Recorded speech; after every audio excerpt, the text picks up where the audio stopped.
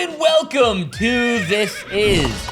Oh, have how the turntables tied in. They mini-disc themselves into an Xbox. Never mini-disc yourself without protection. No one knows what we're talking about yet. When Xbox said, you know what, play our games anywhere you want. Xbox, everything's an Xbox, blah, blah, blah. Everything's an Xbox. The first thing everyone said, especially the Sony ponies, was, this is the death of Xbox.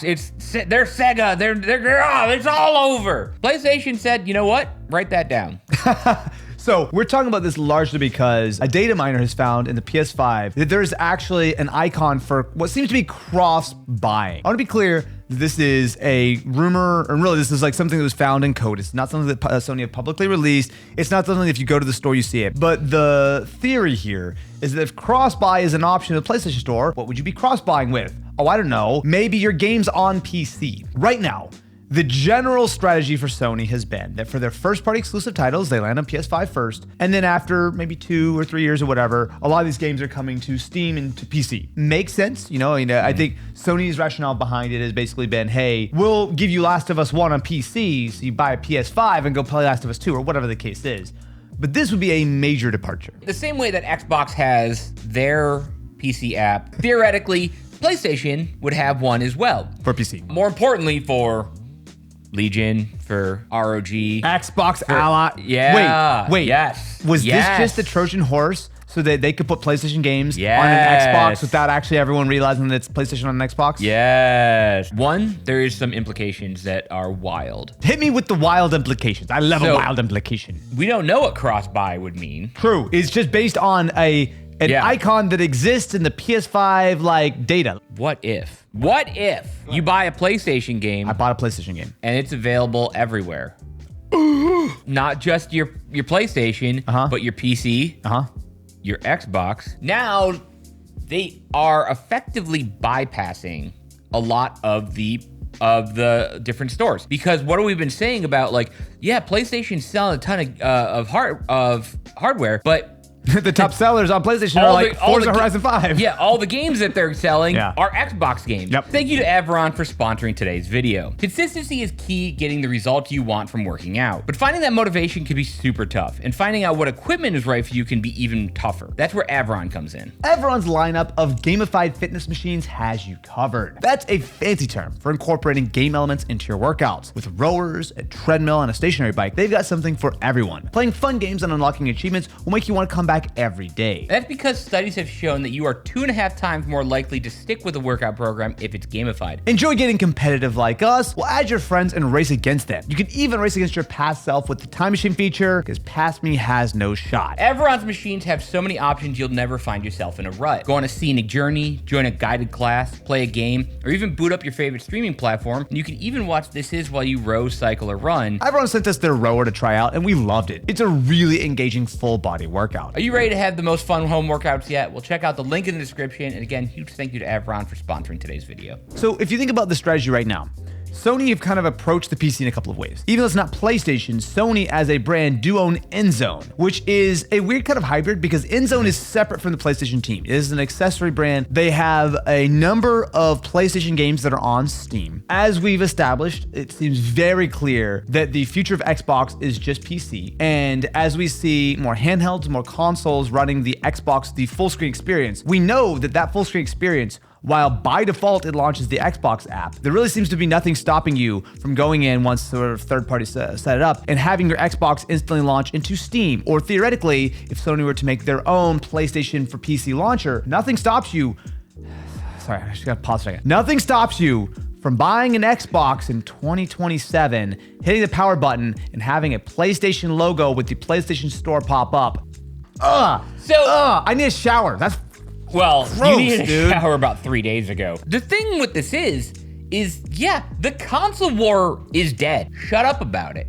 Because says the people who make a weekly video about console news. No, because the new console war is now the launcher war. PlayStation has said, hey, we can't keep just making PlayStation games. We gotta bring it to PC. We gotta bring it to other things. It's leaving money on the table. Yeah, that's exactly it. Now let's be clear. We are speculating quite a lot here. It's totally possible that this data mine thing was just like an asset that they made or whatever. But it's clear that at least, if nothing else, this is a prototype.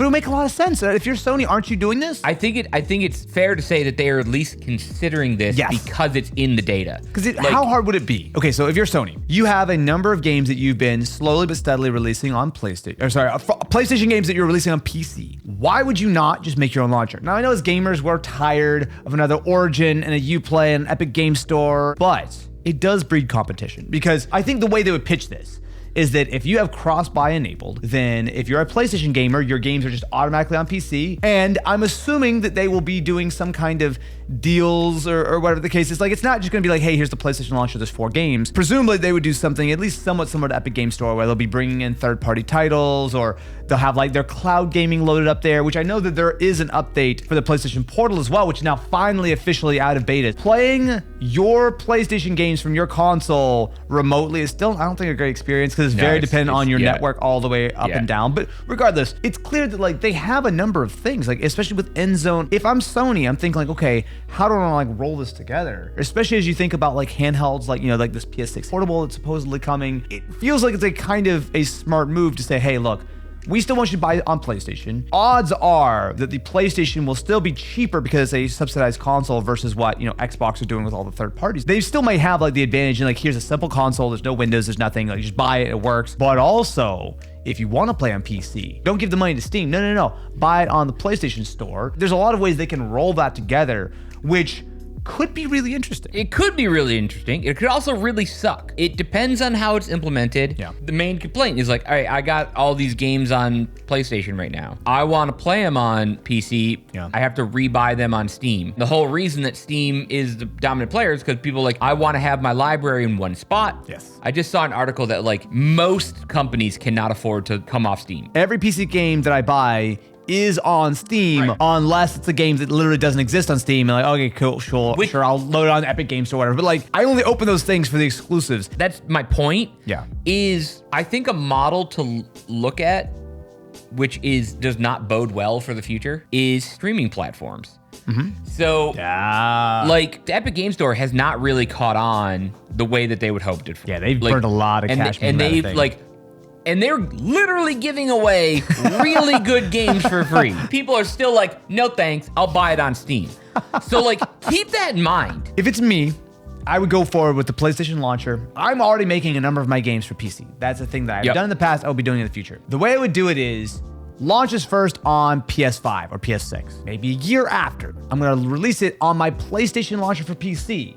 3 months after that, then it goes to Steam. That way, no one's really being penalized here. If you as a gamer really want to buy it on Steam, cool. But if I am a PlayStation Plus subscriber, I'm gonna maybe save a little bit of money, or maybe it's even included or something, and I'm able to play my games on PC after some limited amount of time. So basically, you're capturing the people who absolutely have to play the game. They're gonna buy it on PS5 or PS6. It's still the best place to play from the PlayStation perspective. I still have reason to use the launcher as a sort of PC user, especially if I own both. Say I have an Xbox Ally 2 and a PS6. Well, I could be buying my game on PS6 and also picking up and playing on the Ally. To me, that's a pretty reasonable value proposition that I don't think anyone would be that mad about. And that's a logical way to go with it. I have just a proposed scenario that I want to test the waters on. Sure. I'm not an executive at Sony. I think that's clear. So let's say next generation, you have your $80 game. What if there was an edition, like a $10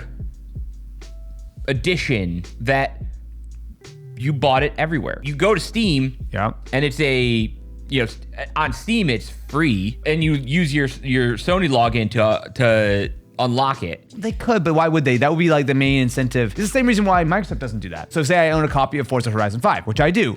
I own that on Xbox. It will work on PC, but I have to buy a separate copy to play it on Steam. The reason I think this would be better for them, people are gonna buy the game where they're playing. That doesn't get around the fact that like, oh, if I buy this on Steam's still taking 30% of this. If I'm buying this on my Xbox that is suddenly running our launcher, Xbox is still going to take a cut of that if it's on their hardware. No, they're not. I think it will be non-subsidized hardware. It'll be running Windows with an Xbox skin on top. You open up the big picture launcher or whatever you want to do and just live in your own happy world. The reason why consoles like the Xbox and like the PlayStation can stay so closed is because the classical argument is that they are subsidizing the hardware. They're selling you the hardware at a loss because they expect to make it up, and they're using all that money to like funnel into R&D and yada, yada, yada. Microsoft, as we've probably talked about several times in the past, has had a decades-long antitrust sort of thing, whether it was loading web browsers on Windows, whether it was buying Activision, or all kinds of things. I know that Microsoft are under a very careful eye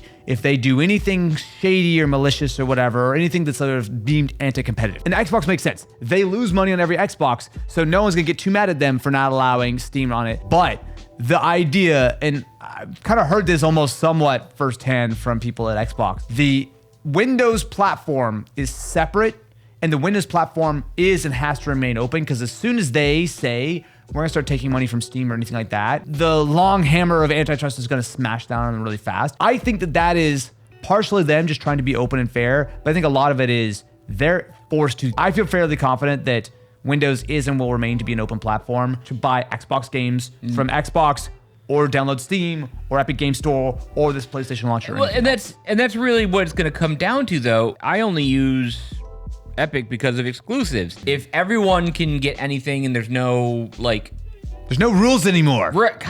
We look at streaming services, and streaming services were freaking awesome for a long time. And then they're like, wait, I want a piece of that. Yeah. So I'm going to start my streaming service, and I'm going to strike mine. Then they're like, well, oh wait, people won't just pay $12 a month to watch The Office? We got to have some original content on here? No. At the end of the day, you have so many dollars to spend on games. It doesn't matter what the business model is. Yeah. So basically, if I spread this across all these different platforms, then almost some of them by nature are going to need to die, because there's only so many dollars to go around. Which is why, and that's why Steam has snowballed and become so dominant, because they had very little competition. Origin, get out of here. Right. UB Plus. I mean, GOG is pretty good. It's almost so hard for any, again, looking at Epic, giving away billions of dollars in games. That's true. I think they actually have given away over $1 billion of games. Yes. Yeah. Now, I will say, if anyone can do this, it's going to be PlayStation. Do you actually believe this will be successful? No, I don't.